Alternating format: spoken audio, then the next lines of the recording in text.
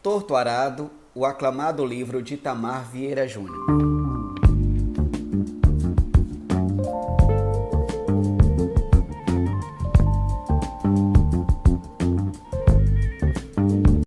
Como já é mais conhecido do grande público, eu quero apenas lembrar vocês que o livro Torto Arado ele está dividido em 3 partes. Na primeira parte, nós temos o título, Fio de Corte, em que uma das irmãs, que é Bibiana, irá nos contar. Então ela nos conta, principalmente, um incidente logo no início dessa narrativa, que é quando ela e a irmã Belonísia, numa curiosidade com a mala da avó, Dona Ana, tira da cama, percebe que tem uma faca de punhal, de brilho muito reluzente, e elas resolvem brincar com aquilo. E uma das irmãs vai perder a língua, que é, na verdade, a Belonísia. A Belonísia será a narradora da segunda parte da história, justamente chamado Torto Arado. Porque aqui nós temos uma metáfora entre a analogia da fala dela, mutismo, então ela perde parte da língua, então ela não consegue expressar as palavras com o arado troncho que ela fazia, principalmente lá na fazenda de Água Negra. Aqui a gente tem uma terceira parte do livro, e nessa terceira parte a gente chama de Rio de Sangue. Nessa terceira parte, e aí é bom que se diga, a gente tem uma voz encantada. Essa voz encantada é o ponto em que eu faço com vocês aqui uma reflexão, porque acaba sendo um ponto de culminância entre a voz de Exu, que narra a casa do mistério ou a casa do renascimento, e uma voz encantada.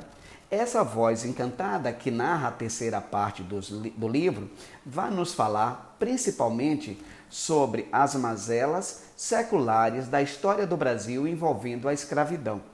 Então é por meio dessa voz encantada que nós vamos conhecer muitas das memórias das duas irmãs. E aí tem um outro ponto também comum, porque aqui nós temos duas irmãs negras, Bibiana e Belonísia.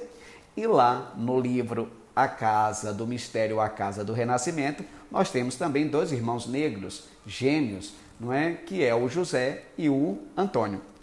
Então, esses pontos em comuns a gente vai notando no livro. E o livro nós temos em Torto Arado, principalmente uma crítica ao trabalho escravo, análogo à escravidão, já que as pessoas trabalham na fazenda de Água Negra, mas nada do que eles plantam eles podem vender, porque tudo que eles plantam é recolhido pelo seu senhor através do gerente da roça que volta e meia está lá para colher aqueles bens que são plantados. Então, neste livro, a voz que narra a terceira parte, essa voz encantada, é um ponto comum que a gente também vai perceber. E aí eu quero lembrar vocês, no terceiro livro dessa análise de hoje, que é Capitães de Areia, de Jorge Amado. Esse romance, quando ele foi publicado, ele foi queimado em praça pública. Então, por aí, você já tem uma ideia da denúncia em que o Jorge Amado traz para a época através da história de Pedro Bala. Quem é Pedro Bala? Um garoto de 15 anos que comanda os Capitães de Areia. Os Capitães de Areia vivem de rapinas, roubos pelo centro da cidade, passando entre o Corredor da Vitória, Campo Grande, Cidade Baixa, e esses meninos moram num cais abandonado. Eu costumo dizer que no início desse livro, para mim, tem a grande sacada do Jorge Amado, porque ele traz para nós como se fossem notícias de jornais. Aqui eu costumo dizer que no início desse livro tem a grande sacada do Jorge Amado, porque ele traz para nós as notícias como se fossem manchetes de jornais. Então você tem a fala do juiz de menores, você tem a fala do delegado, você tem a fala do repórter, você tem uma fala de uma mãe, você tem a fala do padre, José Pedro. Então isso é noticiado nos jornais. Interessante também perceber que cada um deles vai transferindo a culpa para o outro. E o que é que eu acho mais interessante? É que a mãe, quando ela escreve para o Jornal da Tarde, ela diz que seria muito interessante que o jornal mandasse um repórter para averiguar como aqueles meninos eram maltratados lá no reformatório. O diretor do reformatório, ao convidar o jornal para ir lá, através do repórter, a gente diz assim que tudo foi muito maquiado para receber a imprensa. E na coluna do Jornal da Tarde, após a visita, tá? A gente vai ter contando para nós que é uma casa muito bem cuidada, em que os meninos são muito bem cuidados, em que os meninos são bem tratados e seria, né, um centro realmente de reforma social e de reforma interna para aqueles meninos. Só que isso é tudo maquiado.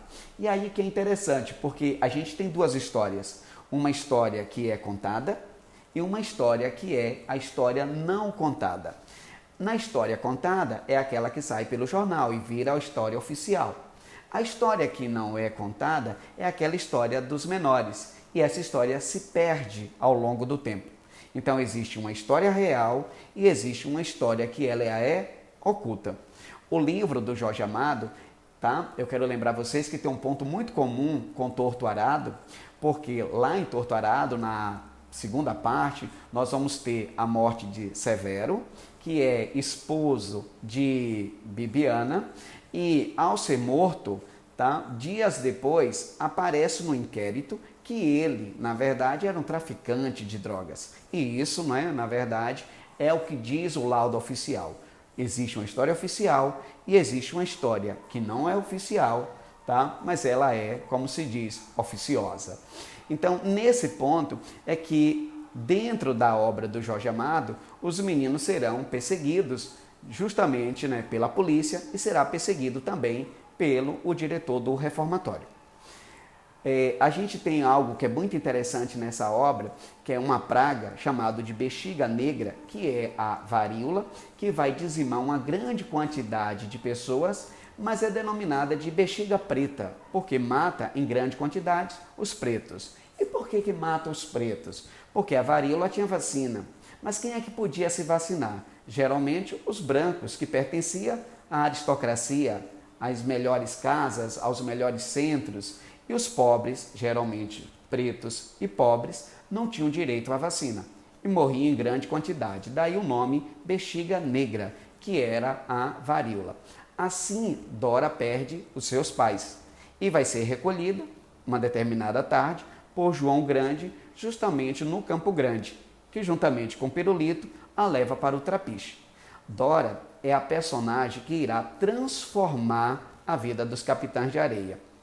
E chegando ao Trapiche, descobre-se que não podia a menina frequentar, até porque nenhuma menina nunca tinha passado uma noite no Trapiche. E nesse dia, o capítulo, por sinal, chama-se Dora Mãe. Dora se torna uma espécie de mãe e protetora dos meninos. E aí é inevitável que Pedro Bala irá se apaixonar por Dora.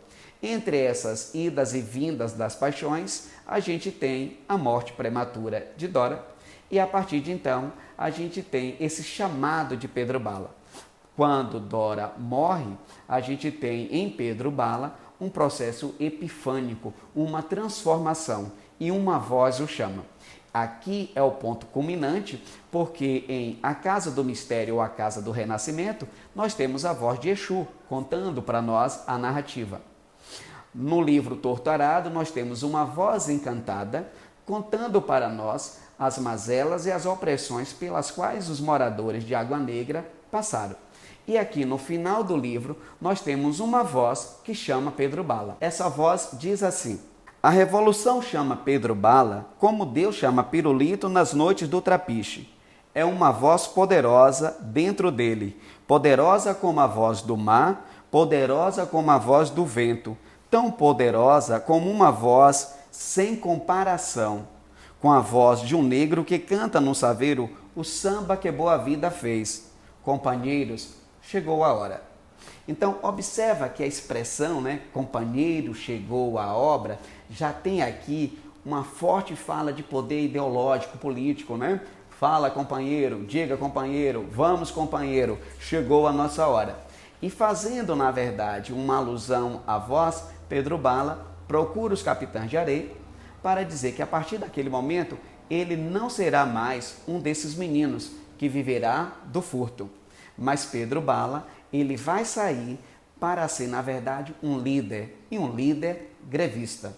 E quando ele faz seu discurso final, todos os capitães de areia levantam a mão em punho em sinal de resistência, dizendo para eles, passagem, abre aspas, os punhos dos capitães de areia se levantaram fechados, bala, bala, bala, gritavam num tom de despedida. Os gritos enchem a noite, calam a voz do negro que canta no mar, estremece o céu das estrelas e o coração de Pedro Bala. Punhos fechados de crianças que se levantam, bocas que gritam, se despedindo do chefe. Bala, bala, bala. A voz do negro no mar canta o samba de boa vida. Companheiro, vamos para a luta. Então, é isso a missão de Pedro Bala. Não mais roubar, mas transformar a vida de pessoas que eram pobres, geralmente pretas e marginalizadas como ele. Uma voz que chama, uma voz que encanta e uma voz que conduz.